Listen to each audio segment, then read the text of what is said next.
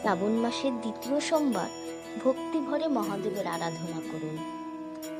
দূর্বা, বেলপাতা, ধূত্রা, আকন্দ ফুল সহযোগে মহাদেবের পুষ্পাঞ্জলি দিন। অখণ্ড চাল নিবেদন করুন মহাদেবকে। এতে আপনাদের সংসার সুখ সমৃদ্ধিতে ভরে উঠবে। এবং সবশেষে দিন সাদা তিল বা কালো তিল। এতে আপনাদের শত্রু দমন হবে, শত্রু নাশ হবে এবং সকল বিপদ থেকে রক্ষা পাবেন। পরিশেষে সবাই বলুন, হর হর মহাদেব।